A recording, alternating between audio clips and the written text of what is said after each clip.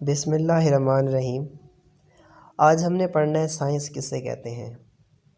The knowledge gain through the observations and experiments is called science.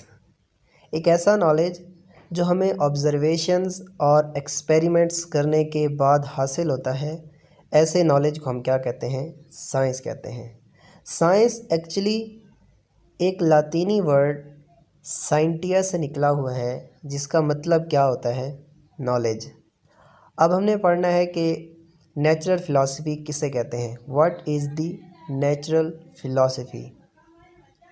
19th century start होने से पहले, before 19th century, एक single subject था जिसका नाम था नेचुरल फ़िलासफ़ी।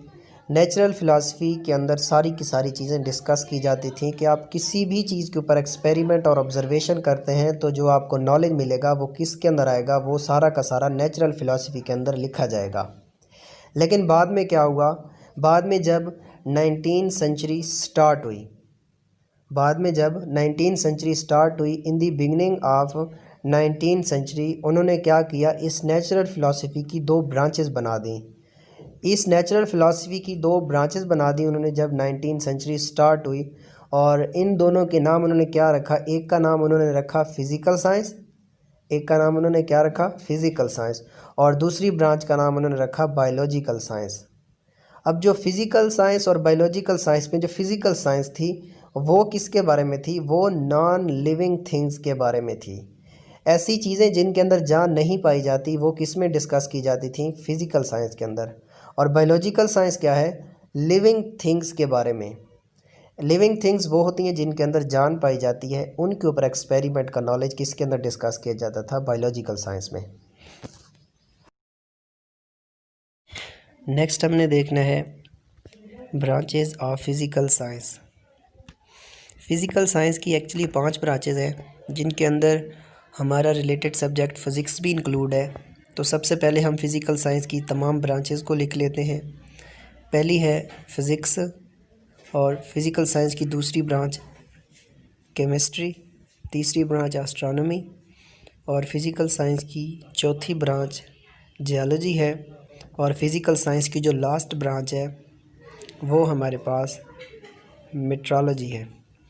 अब हम बारी बारी इन सब को स्टडी करते हैं कि फ़िज़िक्स, केमिस्ट्री, एस्ट्रोनॉमी, जियोलॉजी और मेट्रोलॉजी किसे कहते हैं। तो सबसे पहले हम फ़िज़िकल साइंस की पहली ब्रांच फ़िज़िक्स को स्टडी करते हैं कि फ़िज़िक्स किसे कहते हैं। Study of matter and energy and their relationship. Matter, energy और उनके दरमियान रिलेशनशिप की स्टडी को हम फ़िज़िक्स कहते हैं। नेक्स्ट हमारे पास है chemistry. Study of property, structure and reactions of atom. Property, structure और रिएक्शन ऑफ मैटर जो है उसे हम क्या कहते हैं? केमिस्ट्री कहते हैं। नेक्स्ट एस्ट्रोनॉमी है। Study of stars. स्टार्स की जो स्टडी होती है उसे हम क्या कहते हैं? एस्ट्रोनॉमी कहते हैं। नेक्स्ट जियोलॉजी है। स्टडी ऑफ अर्थ, ज़मीन की जो स्टडी है उसे हम जियोलॉजी कहते हैं। नेक्स्ट हमारे पास मेट्रोलॉजी है। स्टडी ऑफ वेदर, मौसम के बारे में जो स्टडी होती है उसे हम क्या कहते हैं? उस ब्रांच को मेट्रोलॉजी कहते हैं। नेक्स्ट हमने देखना है कि फ़िज़िक्स का हमारी प्रैक्टिकल ज़िंदगी के अंदर जो रोल है, रोल ऑफ फ़िज़िक्स, हमारी प्रैक्टिकल लाइफ के अंदर रोल क्या है। तो फील्ड ऑफ फ़िज़िक्स में जितनी भी डिस्कवरीज़ और इन्वेंशन हो रही हैं वो एक रैपिड प्रोग्रेस की तरफ हमें लेके जा रहे हैं। तो rapid progress in the world is due to discoveries and inventions in the field of physics. Physics में जो इन्वेंशन और डिस्कवरीज़ हैं वो हमें रैपिड प्रोग्रेस की तरफ लेके जा रहे हैं इस दुनिया को। जैसा कि AC, radio, TV, mobile phone, ये सारे के सारे जो एप्लीकेशंस ऑफ क्या हैं। बिस्मिल्लाहिर्रहमानिर्रहीम। आज हमारा टॉपिक है physical quantities and its types. सबसे पहले हम फ़िज़िकल क्वांटिटीज़ को देख लेते हैं कि those quantities which can be measurable. ऐसी क्वांटिटीज़ जिनको हम मेजर कर सकते हैं, ऐसी क्वांटिटीज़ फ़िज़िकल क्वांटिटीज़ कहलाती हैं। जैसा कि for example length, mass, time, volume, ये सारी की सारी ऐसी क्वांटिटीज़ हैं जिनको हम क्या कर सकते हैं, मेजर कर सकते हैं। ऐसी क्वांटिटीज़ फ़िज़िकल क्वांटिटीज़ कहलाती हैं। नेक्स्ट हम देखते हैं types of physical quantities. Basically physical quantities की दो टाइप्स होती हैं। कौन कौन सी? नंबर 1 बेस क्वांटिटीज़ और नंबर 2 डिराइव क्वांटिटीज़। अब हम इन दोनों की डेफिनेशन करते हैं। बेस क्वांटिटीज़ ऐसी क्वांटिटीज़ जिनकी वजह से दूसरी क्वांटिटीज़ को डिराइव किया जाता है, ऐसी क्वांटिटीज़ बेस क्वांटिटीज़ कहलाती हैं। कि those quantities on which other quantities can be derived, ऐसी क्वांटिटी जिनकी वजह से दूसरी क्वांटिटीज़ को डिराइव कर सकते हैं, जैसे कि लेंथ, मैस, टाइम, ईटीसी। ये सारी की सारी क्वांटिटीज़ वो हैं जिनकी वजह से हम डिराइव क्वांटिटीज़ को निकाल सकते हैं। नेक्स्ट हमारे पास क्या है? Derive quantities.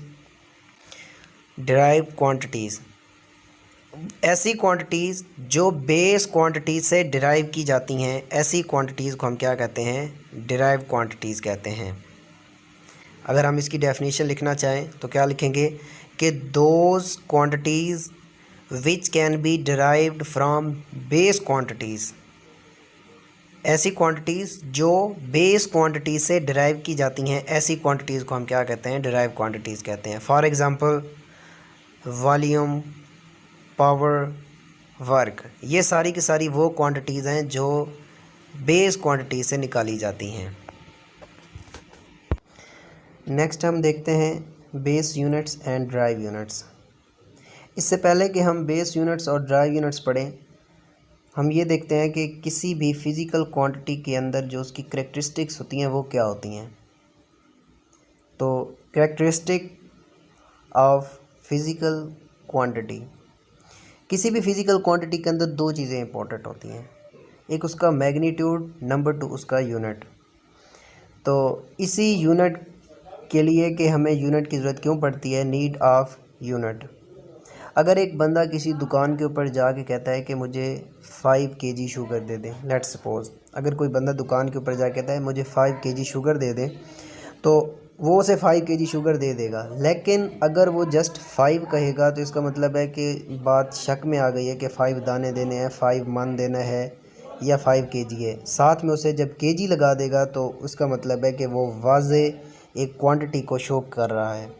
तो इसलिए हमें किसकी ज़रूरत पड़ती है? नीड ऑफ यूनिट की ज़रूरत पड़ी है। इसी के ऊपर एक इंटरनेशनल सिस्टम ऑफ यूनिट बनाया गया था।